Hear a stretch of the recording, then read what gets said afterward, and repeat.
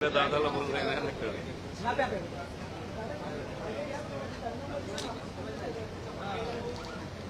कुठे बंद कर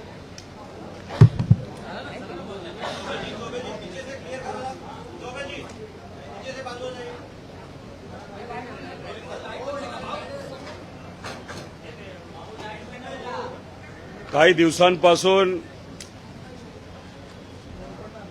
महाराष्ट्राच्या विधिमंडळामध्ये जिथं आम्ही सर्वजण समतेचा विचार, सामान्य लोकांचा विचार हा मांडत असतो आणि कुठलाही भेदभाव न करता लोकांना न्याय कसा मिळेल यासाठी आम्ही सर्वजण आमदार म्हणून लोकशाहीच्या मार्गाने निवडून आलेले आम्ही सर्वजण आमदार आणि लोकशाही आपण जेव्हा म्हणतो त्या लोकशाहीचा प्रमुख स्तंभ काय असेल ते हे आहे आपलं संविधान. पण गेल्या काही दिवसांपासून काही राजकीय नेत्यांना खुश करण्यासाठी त्याच्याचबरोबर एक वेगळ्या पद्धतीचं वातावरण या महाराष्ट्रामध्ये व्हावं जेणेकरून जनसुरक्षा कायदा जो संविधानाच्या विरोधात आहे, लोकशाहीच्या विरोधात आहे, तो लागू करण्यासाठी थोडंसं सोपं जावं यासाठी काही आमदार हे दुर्दैवाने वारकऱ्यांना वारीला, पवित्र वारीला हे बदनाम करत आहेत.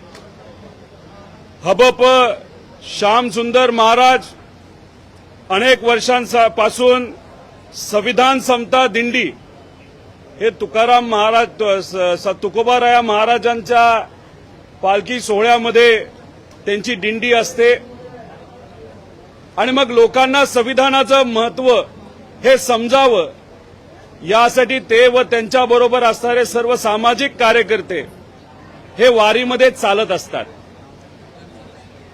आता मग तुम्ही जेव्हा आक्षेप घेत असता या विचारावर तेव्हा कुठेतरी आपल्याला हेच म्हणावं लागेल की सत्तेत असणारे जे आमदार आहेत ज्यांना कदाचित सत्तेत असणाऱ्या नेत्यांचा वर्धा असते की बिनधास्त बोल, आम्ही तुमच्या बरोबर आहोत, त्याचा अर्थ हे सरकार संविधानाच्या विरोधात आहे आणि वारीच्या विरोधात आहे.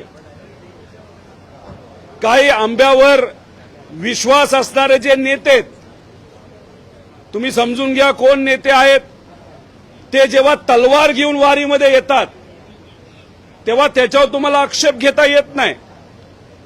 पण इथं काही लोक संविधान, जे पवित्र संविधान आहे ते वारीमध्ये आणतात तेव्हा मात्र तुम्ही आक्षेप घेता. त्याच्याच बरोबर आपण जर बघितलं तर वारी आणि वारकऱ्यांचा जो विचार आहे तो समतेचा, एकतेचा, बंधुभावचा आहे आणि संविधान सुद्धा हेच ते आपल्याला सर्व शिकवत असतात. त्यामुळे सरकारला मी विनंती करतो, अशा पद्धतीने वारकऱ्यांचा, पवित्र वारीचा, संतांच्या विचाराचा आणि संविधानाचा अवमान करणारे जे कोणी आमदार असतील, जे कोणी नेते असतील त्यांच्यावर कारवाई ही केलीच पाहिजे. कारण तुम्ही जर बघितलं एक त्या आमदार ज्या कुणी आहेत त्या जेव्हा उद्धव ठाकरे साहेबांबरोबर होत्या तेव्हा त्या एमएलसी होत्या, त्यांची टर्म संपायला लागली तेव्हा अचानक त्यांच्या मनामध्ये बदल झाला आणि मग शिंदे साहेबांबरोबर ते झाले आणि परत एकदा आमदार झाल्या. आता कदाचित त्यांना असं दिसतंय की शिंदे साहेबांची सुद्धा ताकद भाजप कमी करते का काय. मग आता कुठेतरी भाजपचा विचार स्वीकारावा लागेल, भाजपच्या नेत्यांना खुश करावं लागेल आणि जनसुरक्षा कायदा जो संविधानाच्या विरोधात आहे तो आणत असताना भाजपला मदत करावी लागेल.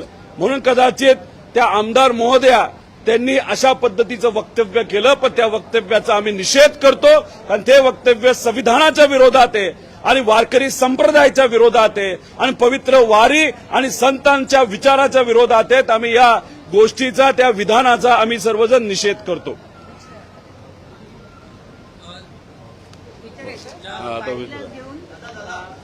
काल दोन मंत्री म्हणजे उपमुख्यमंत्री एकनाथ शिंदे आणि गिरीश महाजन हे दोघेही जण एकाच दिवशी पंढरपूरला गेले तिथलं नियोजन बघायला. यापूर्वी हे चित्र आपण काश्मीरमध्ये सुद्धा बघितलेलं होतं.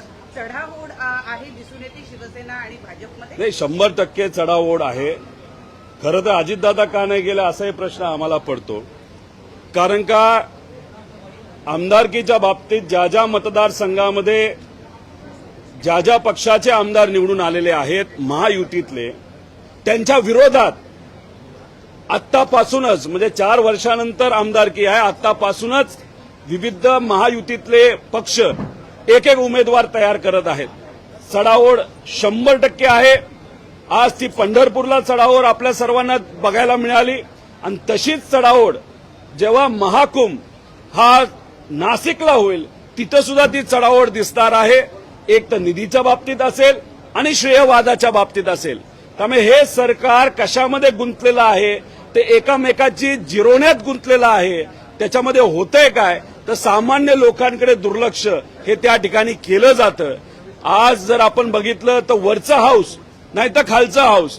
आम्ही सुद्धा काल जेव्हा शेतकऱ्यांच्या हिताचे प्रश्न, कर्जमाफीचा मुद्दा, त्याच्याबरोबर विम्याचे प्रश्न, शेतकरी आत्महत्याचे प्रश्न, महिलांचे युवांचे प्रश्न मांडत होतो तेव्हा पुढे फक्त एक मंत्री बसले होते आणि ते मंत्री सुद्धा मुंबई शहरातले आहेत. ते कुठून मंत्री आहेत, आमदार आहेत याच्यावर आमचा आक्षेप नाही, पण त्यांना ते विषय समजणार नाही. ते कुठेही नोट घेत नव्हते. कुठलाही बाकी मंत्री तिथं बसला नव्हता आणि जिथं अधिकारी सेक्रेटरी बसायला पाहिजे तिथं सुद्धा जर आपण बघितलं तर ज्युनियरच्या ज्युनियर आणि ते सुद्धा काही पीए, ते सुद्धा 3 पीए तिथं बसले होते. मग कुठेतरी लोकशाही थट्टा केली जाते. मग तुम्हाला काय पडलंय तर फक्त राजकारण पडलंय, एकामेकाची जिरवायचं पडलेलं आहे. हा नेता पुढे गेला तर त्याला ओढायचं आणि जेव्हा खऱ्या अर्थाने अधिवेशनामध्ये आम्ही जेव्हा मुद्दे मांडत असतो त्या मुद्द्यांकडे दुर्लक्ष या सरकारकडनं तिथं केलं जातंय. वरच्या हाऊसमध्ये सुद्धा आणि खालच्या हाऊसमध्ये सुद्धा हे आपण सर्वांनी त्या ठिकाणी बघितलेलं आहे.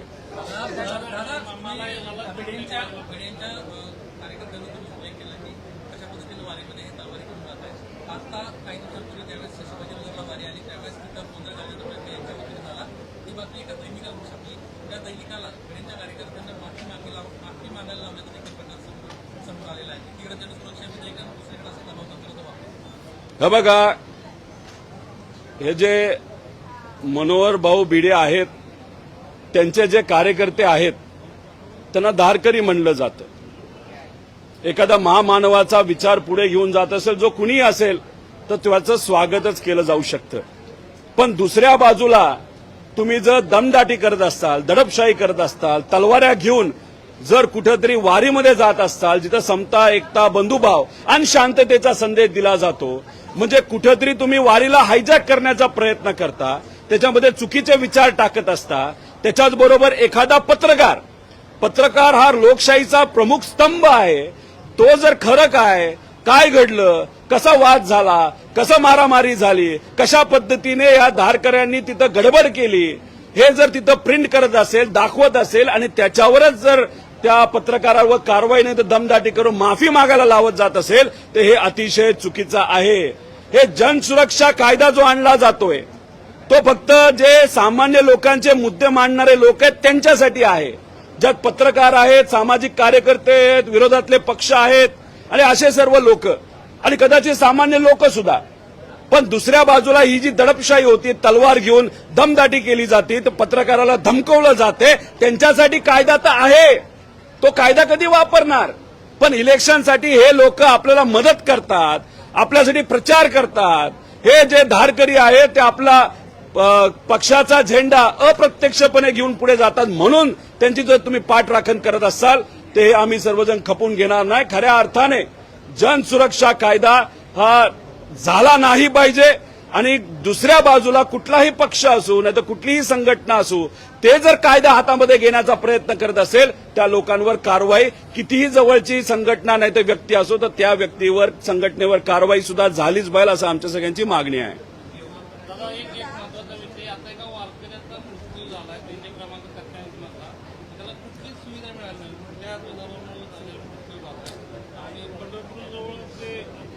वाडी कोरडी म्हणून गाव आहे, यांनी 250 अँब्युलन्स वर्करांसाठी ठेवले तेवढं सगळ्या घोषणा म्हणतात पण त्याला कुठली सुविधा मिळाली नाही.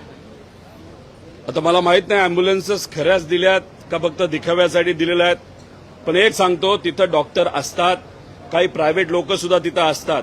ही घटना जर घडली असेल तर अतिशय दुर्दैवी घटना आहे.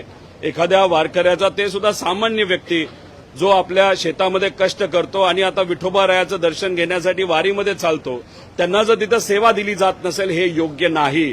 हा विषय आपल्या समोर आला म्हणून आज चर्चेत होते. असे अनेक विषय असतील.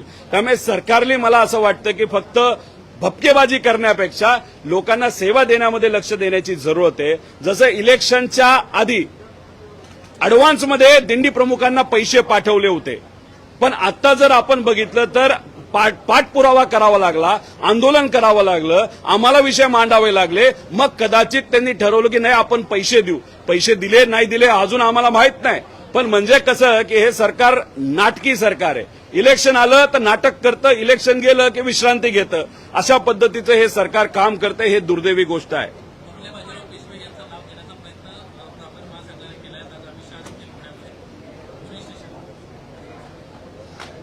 तर बघा, आता कोणाचं नाव द्यायचं, कसं द्यायचं, त्याला एक प्रक्रिया असते. लोकांची मागणी आहे का, काय पद्धतीने त्याच्यावर चर्चा होती. तर मला असं वाटतं की लोकांचं मत काय हे सुद्धा तिथं कुठेतरी समजून घेतलं पाहिजे, त्याच्या बाबतीत चर्चा झाली पाहिजे आणि मग योग्य असा निर्णय सरकारच्या माध्यमातून त्या ठिकाणी घेतला गेला पाहिजे.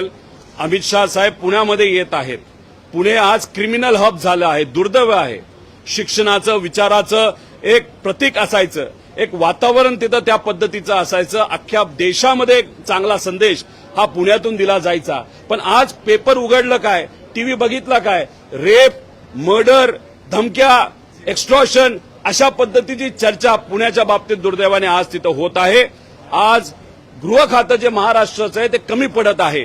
अमित शाह साहेब पुण्यामध्ये आलेले आहेत. मी त्यांना विनंती करतो की आज तुम्ही तिथं आलेला आहात, तिथल्या सर्व पोलीस अधिकाऱ्यांना तुम्ही बोलवावं, गृहमंत्र्यांना बोलवावं आणि जे काय आज पुण्यामध्ये आणि महाराष्ट्रामध्ये चालू आहे, ज्या पद्धतीने गुंडाराज वाढत चाललेला आहे, तो कुठेतरी कमी करण्यासाठी मदत करावी. फक्त मी आशा एवढीच करतो, काही दिवसांपूर्वी गडकरी साहेब जेव्हा आले होते, जे आज नॅशनल हायवेचे मंत्री आहेत, ते स्वतःच पुण्यामध्ये आल्यानंतर ट्रॅफिकमध्ये अडकून बसले. अमित शाह साहेब तरी ट्रॅफिकमध्ये अडकू नये आणि अडकलं तर ते ट्रॅफिकची समस्या आमच्या सामान्य लोकांची, पुणेकरांची, ही सुटण्यासाठी त्यांनी मात्र त्या ठिकाणी प्रयत्न करावे, एवढी विनंती या ठिकाणी मी करतो.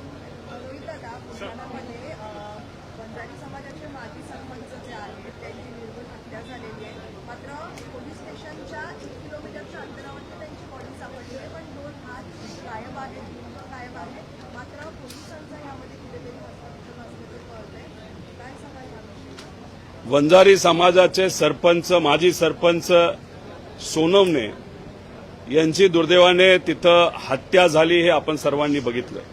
अतिशय वाईट परिस्थितीमध्ये त्यांना मारण्यात गेलं. आता याच्यामध्ये जेव्हा आपण अभ्यास करतो, जे काय बातम्या आम्हाला कळाल्या, ज्या काय ऐकीव गोष्टी आमच्यापर्यंत आलेल्या आहेत, 1 महिन्यापूर्वी पोलीस स्टेशनमध्ये असणाऱ्या काही पोलीस अधिकाऱ्यांनी त्यांना बोलावलं होतं. काही कदाचित भावकीचा वाद होता. पोलिसांनी बोलवल्यानंतर त्या बिचाऱ्या 60 वर्षाच्या माजी सरपंचांना असं वाटलं की पोलीस मध्यस्थी करत असेल तर त्यांचा विषय तिथं संपून जाईल. पोलीस स्टेशनला आल्यानंतर महिनाभर तो माणूस दिसलाच नाही. आणि दिसला कधी तर 2 दिवसापूर्वी, जेव्हा त्याची हात तुटलेली, डोकं छाटलेली अशी बॉडी त्या ठिकाणी दिसली. म्हणजे हे काय चाललंय या महाराष्ट्रामध्ये? म्हणजे बीडचं प्रकरण झालं, तर परभणीचं प्रकरण झालं, पुण्यात रेप चालू आहेत, मुंबईत रेप चालू आहेत, विदर्भामध्ये रेप चालू आहेत, नागपूरमध्ये रेप चालू आहेत. अतिशय वाईट परिस्थिती आणि त्याच्यातच ही बातमी येते. आणि ज्या पद्धतीने, निर्गुण पद्धतीने त्याची हत्या केली गेली आणि अशी चर्चा आहे की पोलीस सुद्धा याच्यामध्ये सहभागी आहेत. त्यामुळे मी होम मिनिस्टर साहेबांना विनंती करतो की कृपा करून याच्यामध्ये लक्ष दिलं गेलं पाहिजे. आणि अशा पद्धतीने जर सामान्य लोकांची हत्या, आणि ते सुद्धा पोलीस प्रशासन ऐक्यू माहितीवर असं कळतं की ते सुद्धा त्याच्यामध्ये इन्व्हॉल्ड आहेत, तर ही अतिशय भयानक गोष्ट आहे असं माझ्यासारख्याला त्या ठिकाणी वाटतं.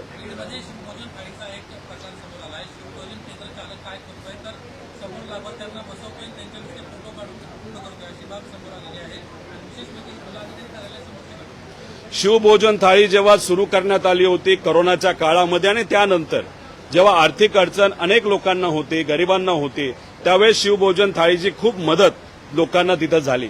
पण नंतरच्या काळामध्ये आपण जर बघितलं तर तुम्ही म्हणता तसं झालं. बऱ्याच ठिकाणी नुसते फोटो काढले, फोटो रिपोर्ट केले, जेवण कोणाला दिलं नाही आणि त्यातून फक्त बिलं काढण्यात आली होती. ही गोष्ट जर घडली असेल तर ही फक्त एकाच ठिकाणी घडली असं आम्ही म्हणणार नाही, ही बऱ्याच ठिकाणी घडलेली असेल. त्यामुळे फोटो हे बघितले गेले पाहिजे, इन्व्हेस्टिगेशन हे झालं पाहिजे. कारण शेवटी हा पैसा कोणाचा आहे तर हा गरीब लोकांचा, सामान्य लोकांचा, मध्यमवर्गीयांचा टॅक्सचा पैसा आहे आणि तो जर अशा पद्धतीने फक्त उडवण्यात आणि पैसे काढण्यामध्ये आणि भ्रष्टाचारामध्ये जात असेल तर ते योग्य नाही असं माझ्यासारख्याला वाटतं.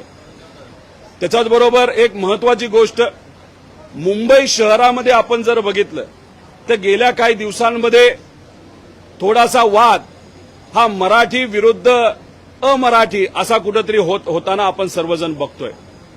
खरं तर याच्यामध्ये आपण खोलात गेलो आणि आम्हालाही सुद्धा जर तुम्ही विचारलं की जो व्यक्ती या महाराष्ट्रामध्ये जन्मला, तो गुजराती असू द्या, तो मारवाडी असू द्या, नाही तर तो कुठल्याही राज्यातून आला असेल, पण त्याचा जन्म जर महाराष्ट्रामध्ये झाला असेल तर तो आमच्यासाठी मराठी माणूस आहे.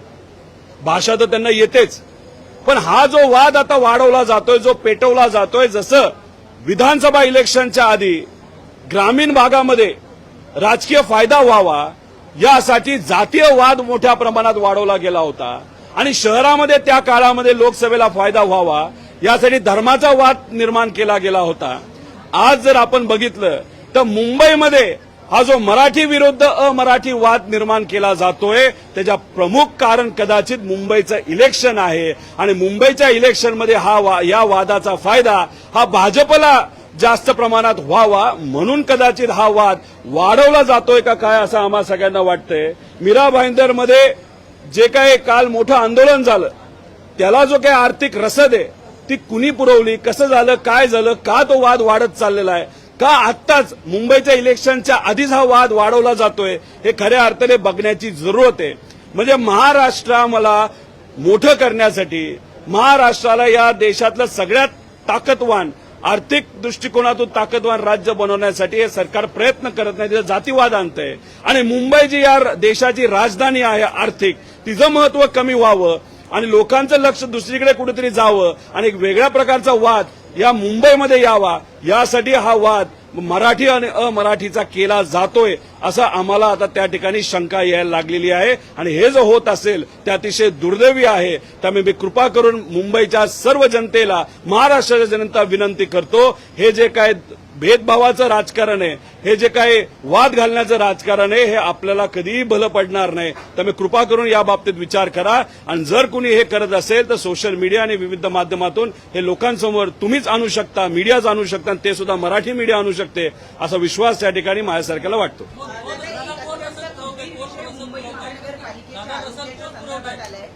महानगरपालिकेच्या उपनगरात 16 रुग्णालय, त्या 16 रुग्णालयापैकी 12 रुग्णालयांचा आयसीयू हे प्रायव्हेट संस्थांना चालवायला देण्याचा निर्णय मुंबई महानगरपालिकेनं घेतला आहे आणि त्याची माहिती काल विधान परिषदेमध्ये स्वतः म्हणजे सभागृहामध्ये देण्यात आलेली आहे.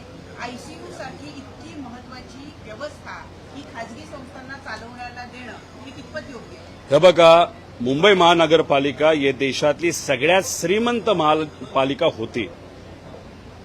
जेव्हा प्रशासक येण्यापूर्वी तिथं 90,000 कोटी रुपयाच्या ठेवी होत्या आणि त्यावेळेस जर आपण बघितलं तर तिथं कुठेही पैसा कमी पडत नव्हता. आरोग्य सेवा असू द्या, रस्ता बनवायचा असू द्या, गटर करायची असेल, सामान्य लोकांना सेवा द्यायची असेल, पण गेल्या 2.5-3 वर्षामध्ये पैशाचा इतका उत्माद झालाय, पैशाचा इतका भ्रष्टाचार झालाय, कदाचित महानगरपालिकेकडे पैसा कमी पडायला लागलेला आहे. म्हणून काही प्रमाणात हे जे हॉस्पिटल आहे ते प्रायव्हेट लोकांना दिले जातात.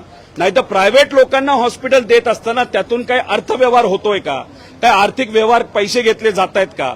कारण का हॉस्पिटलला जेव्हा दिलं जातं त्याच्यामध्ये कदाचित कोटा आणला जाईल. हॉस्पिटल बांधण्यासाठी प्रायव्हेट लोकांना खर्च करायचा नाही. आज जमीन मुंबईमध्ये महाग असल्यामुळे प्रायव्हेट लोक कदाचित या लोकांना, या नेत्यांना प्रस्ताव असं देत असावे की ही बिल्डिंग तुमची तयार आहे, ही बिल्डिंग आम्ही वापरायला घेतो, म्हणजे त्या प्रायव्हेट डॉक्टराला तिथं पैसे टाकायची जरूरत नाही, जमीन घ्यायची जरूरत नाही, बिल्डिंग बांधायची जरूरत नाही आणि मग फक्त तिथं दाखवायचं की गरिबांना आम्ही सेवा देतो. 30 कोटी रुपये 2 वर्षासाठी दिले जाणार, एका खाटेला 3,345 रुपये दिले जाणार. म्हणजे हे उलटच झालं. एक तर तुम्ही जागा देताय, एक तुम्ही बिल्डिंग देताय, मशिनरी देताय आणि त्याच्यातच तुम्ही या प्रायव्हेट लोकांना 33 कोटी रुपयाचा विचार त्या ठिकाणी करताय. म्हणजे हे गजबच कारभार या मुंबईमध्ये या लोकांचा, या प्रशासकाचा आणि प्रशासकाचा जेव्हा मी म्हणतो तेव्हा या सरकारमध्ये असणाऱ्या नेत्यांचा चालू आहे. हे चुकीचं आहे. हे मुंबईत आजपर्यंत कधी घडलेलं नाही जे आता घडतंय आणि याच्या मागे फक्त एकच कारण आहे, भ्रष्टाचार.